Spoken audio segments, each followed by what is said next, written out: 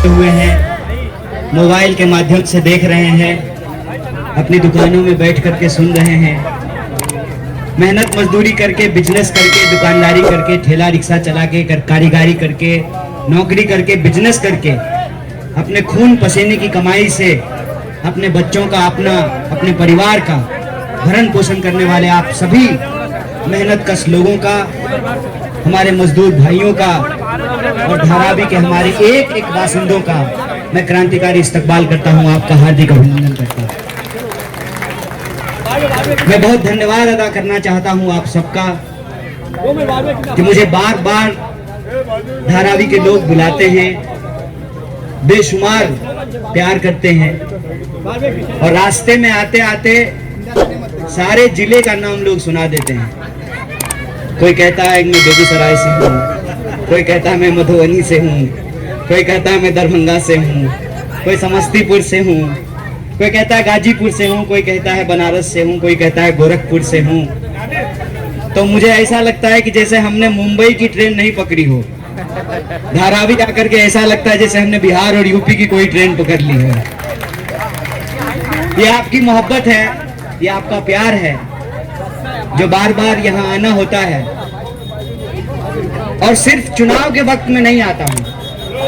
आप में से बहुत सारे लोगों ने शायद मुझे यहाँ तब सुना होगा जब महाराष्ट्र में चुनाव नहीं था और उस वक्त हमने कहा था कि मुंबई में एक बहुत बड़ा खेल चल रहा है, उस खेल को समझना हो तो मैं आपको कुछ न्यूज सुनाता हूं। गुजरात में, पड़ोसी राज्य हमारा, गुजरात में एक आदमी नकली जज बन करके नकली कोर्ट चला रहा था। ऐसा सुने हैं? एक आदमी नकली टोल बना करके सड़क पर नकली टोल वसूल रहा था। एक आदमी पीएमओ का अधिकारी बन करके पूरा भारत घूम लिया बॉडीगार्ड लेकर के, ये बोल करके हम पीएमओ का अधिकारी हैं। ये बात मैं आपको क्यों सुना रहा हूं? मैं आपको यह बात इसलिए सुना रहा हूं कि जब नकली और असली का फर्क करना जरूरी हो तो ये जानना बहुत जरूरी है कि असली की पहचान कैसे करेंगे। जैसे कोई सामान खरीदते हैं, हम लोग बचपन में किताब खरीदने के लिए जाते थे तो किताब के पीछे लिखा रहता है कि होलोग्राम देख करके खरीदिएगा। ऐसा नक्कालों से पाला पड़ा है कि होलोग्राम का भी डुप्लीकेट बना दे रहे हैं। अब ये हमारे शिवसेना के साथी हैं, ये मसाल लगाए हुए हैं और इनका जो तीर कमान था वो लेके भाजपा में चला गया है। अब हमारे जो राष्ट्रवादी के साथी हैं उनका घड़ी लेकर के भाजपा में चला गया, ये तुतुई लेकर के घूम रहे हैं। ये बात मैं आपको याद इसलिए दिला रहा हूं कि क्या आप चाहते हैं कि ये नक्काल, ये बेईमान, ये लुटेरे आपके बच्चों का सपना लूटें, आपका भविष्य लूटें, आपकी झुग्गी झोपड़ी लूट लें? और ये सब ये करेंगे किसके नाम पर? विकास के नाम पर। अच्छा, सारा रीडेवलपमेंट करने का ख्याल धारावी में ही आता है। तो अंबानी जी का घर एंटीला का रीडेवलपमेंट क्यों नहीं कर देते हैं अंबानी जी जाकर के? मैं बहुत जरूरी बात कह रहा हूं, इसको गौर से समझिएगा। और मैं उदाहरण देता हूं। हमारे अभी एक साथी डिटेल में बता रहे थे, कागज पत्तर का मामला समझा रहे थे। अरे सबका बाप तो एक ही होता है ना, लेकिन सर्टिफिकेट में कई बार नाम अलग अलग होता है। जैसे मान लीजिए आपके पिताजी का नाम जयशंकर है तो कहीं पे JAY लिख देगा, कहीं पे JAI लिख देगा। आज तो आप किसी घर में रह रहे हैं ना, ये आपकी वजूद है, आपकी पहचान है। तो कोई कागज का बहाना करके, सर्किल रेट का बहाना करके, ये पेपर नहीं है, वो पेपर नहीं है, ये कह करके आपका घर छीन ले, तो आप ये चाहते हैं कि आपके साथ ये हो? महाराष्ट्र में जो पूरा का पूरा खेल हुआ है उसका सीधा कारण यह है कि मोदी जी चाहते हैं महाराष्ट्र की धन संपत्ति अपने दोस्त अदानी के तिजोरी में पहुंचा देना। कहा एक है तो सेफ हैं, पहले थे कि दो हैं, हम दो हमारे दो, अब तो मुझे लगता है कि अंबानी जी को भी छोड़ दिया है। अदानी नाम केवलम, एक ही व्यापारी रहेगा, जिसका चंदा खाएंगे उसका धंधा देंगे, सीधा हिसाब है। हमको एक पत्रकार बोली कि एक हैं तो सेफ हैं। हमने कहा आपकी शादी हुई है? तो उसने कहा हाँ हुई है। हम बोले निकल लीजिए पति को छोड़ करके, एक हैं तो सेफ हैं। ये कोई बात होता है? हम ईश्वर का नाम कभी अकेले में नहीं लेते। हम उस भारत के वासी हैं जहां कहते हैं सीताराम, राधे श्याम, गौरी शंकर। बैल भी हीरा मोती के जोड़ी में होता है। यहाँ पर ये भी तो रंगा बिल्ला का जोड़ी बना करके घूम रहे हैं। चुनाव आया है तो नारा दिए हैं एक है तो सेफ है। कौन है ये एक? ये एक है जो यहाँ शेयर मार्केट में बैठ करके बहुत सारे लोगों का शेयर मार्केट का पैसा लूट रहा है। कौन है एक जो नकली जज बन करके जो है नकली अदालत लगा रहा है? कौन है एक जो नकली टोल वसूल रहा है? बताइए। सिंपल हिसाब है। कार खरीदिएगा, रोड टैक्स दीजिएगा। तो एक बार रोड टैक्स दीजिएगा और जितना बार कार को पेट्रोल पंप पे लेके जाइएगा उतना पेट्रोल पर टैक्स दीजिएगा, और जितना रोड पर लेके जाइएगा उतना बार टोल टैक्स दीजिएगा। टैक्स हमसे वसूलते हैं और कर्जा माफी अपने दोस्तों का करते हैं। 16 लाख करोड़ रुपया अपने दोस्तों का माफ कर दिया। और कहिएगा कि बच्चों के लिए स्कूल खोल दीजिए तो कहेंगे फंड नहीं है, अस्पताल खोल दीजिए तो फंड नहीं है, सड़कें बना दीजिए तो फंड नहीं है, बिजली का बिल कम कर दीजिए तो फंड नहीं है। अरे तो फंड जाता कहां है जो हमसे 18% जीएसटी का टैक्स वसूल रहे हो? वो फंड जाता है प्रधानमंत्री जी के लिए। उड़न खटोला आया है 8,500 करोड़ का। कितने का बताइए? ऐसी गरीबी कौन नहीं चाहेगा?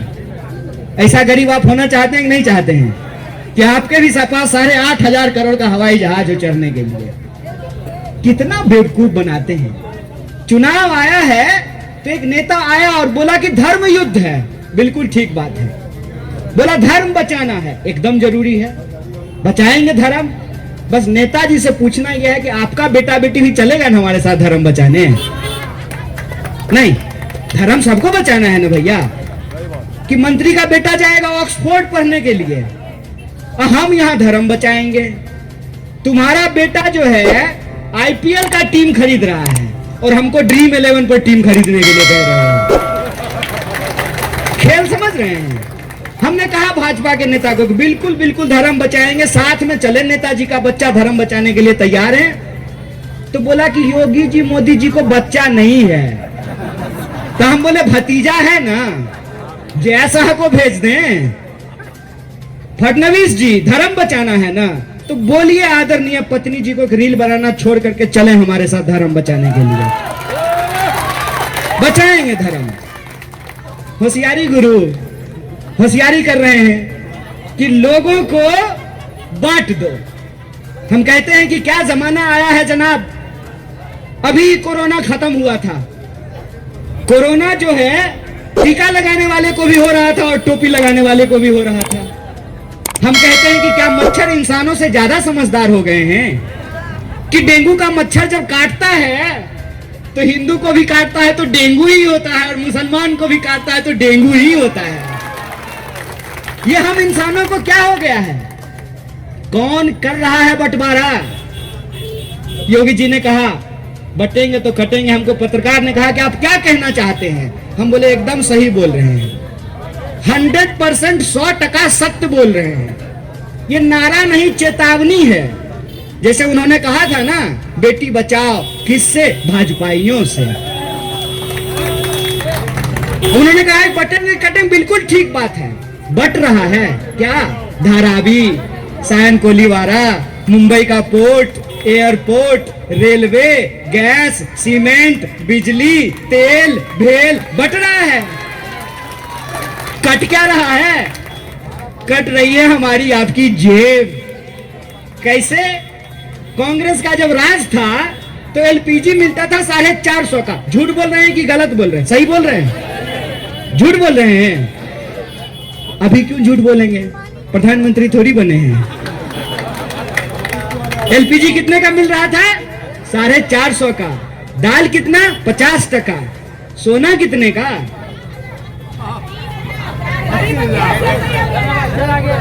अब तो ले भी नहीं सकते हैं। वैसे भी सारा सोना जो है ना दोस्तों के तिजोरी में पहुंच चुका है।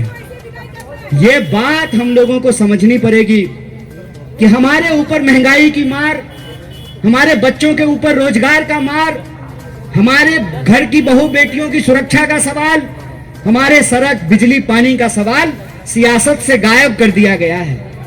और जो बंटवारा करते हैं वही एक होने का नारा दे रहे हैं। हम तो कब से कहते आ रहे हैं हिंदू मुस्लिम सिख ईसाई आपस में है भाई भाई। भारत माँ के 4 सिपाही हिंदू मुस्लिम सिख ईसाई, हम आज से कह रहे हैं। गांधी तो कहते कहते चले गए, रघुपति राघव राजा राम, पतित पावन सीताराम, ईश्वर अल्लाह तेरो नाम, सबको सन्मति दे भगवान। बताइए हमने कब बांटने की बात की? बांटा भी आपने और काटा भी आपने। बांटा इस देश की संपत्ति अपने दोस्त को और काटी यहाँ के लोगों की जेब। और अब आपकी नजर है महाराष्ट्र के अंदर धारावी पे, सैन कोलीबारा पे, बांद्रा पे, जुहू पे। मुंबई की वो जो कोस्टल रोड बन रहा है ना, रोड सिर्फ आपके चलने के लिए नहीं बन रहा है, आपका माल लूट करके अपनी तिजोरी में पहुंचाने के लिए भी बन रहा है। इनकी पूरी की पूरी साजिश जैसे ईस्ट इंडिया कंपनी करती थी ना, ये वही करने का सोच रहे हैं। इसीलिए मैं कहता हूं कि महाराष्ट्र का चुनाव इस बार सिर्फ आमदार चुनने का चुनाव नहीं है, आमदार का चुनाव गद्दार को जवाब देने का चुनाव है। इस बात को याद रखिएगा। जिसने गद्दारी की उसका जवाब उसको देना पड़ेगा। क्या दिक्कत है फडणवीस जी? आपको अगर डिप्टी सीएम ही होना था तो उद्धव साहब के नीचे हो लेते। शिंदे जी के नीचे डिप्टी सीएम बनेंगे, उद्धव जी के नीचे नहीं बनेंगे। क्यों? क्योंकि कोई महाराष्ट्र का माई का लाल यहाँ की मिट्टी में जो पैदा हुआ है, यहाँ की संपत्ति आपको लूटने नहीं देगा। इसीलिए ये गद्दारी करवाई गई है, इसीलिए ये बेईमानी करवाई गई है, ताकि यहाँ का पुणे, नासिक, ये पूरा का पूरा इलाका लूटा जा सके। और मैं आंकड़े के साथ बात करता हूं, मुझे आता नहीं ना मोहतरम को मोहतरम कहना, किसी को ज्यादा किसी को कम कहना। देश की अर्थव्यवस्था को जब आप देखेंगे, 3 ट्रिलियन इकोनॉमी है देश की, 1 ट्रिलियन अकेले महाराष्ट्र का है। इसीलिए इस गिद्ध की नजर यहाँ की संपत्ति लूटने पे पड़ी हुई है। और ये हमारे पुलिस वाले भाई, ये आज यहाँ खड़े हैं, कल को सरकार जब बदल जाएगी, गृह मंत्री बदल जाएगा और गृह मंत्री कहेगा कि एसपी जाओ डंडा चलाओ अपने ही लोगों के ऊपर अदानी के लिए, तो बोलिए डंडा चलाएंगे कि नहीं चलाएंगे? क्या सिपाही जी, चलाना पड़ेगा ना। ये लड़ाई है और इस लड़ाई को हमको समझना पड़ेगा।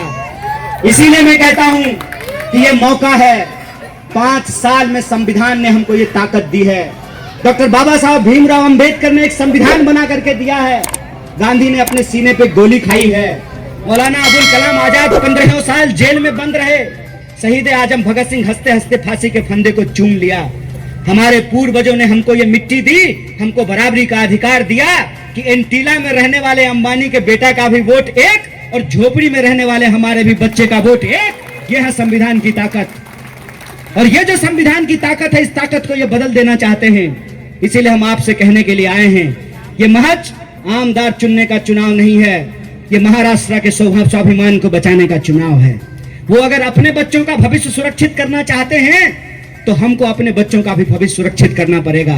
इसलिए हम इधर उधर की बात नहीं कर रहे हैं, हम सीधी बात कर रहे हैं। हम कह रहे हैं कि समाज को चलाने के लिए जितना पुरुष जरूरी है उतना ही महिलाएं जरूरी हैं।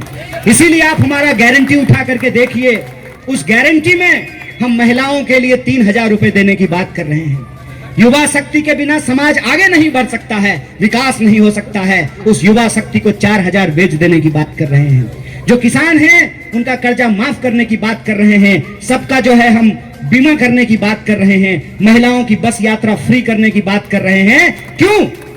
क्योंकि जब हम खाना खाते हैं ना, तो ऐसा नहीं होता है कि सर का विकास होता है और हाथ का विकास नहीं होता है। शक्ति के संतुलन के लिए, किसी भी संरचना के टिके रहने के लिए जरूरी है कि समाज के पायदान पे आखिरी इंसान जो है उस तक विकास की धारा पहुंचे।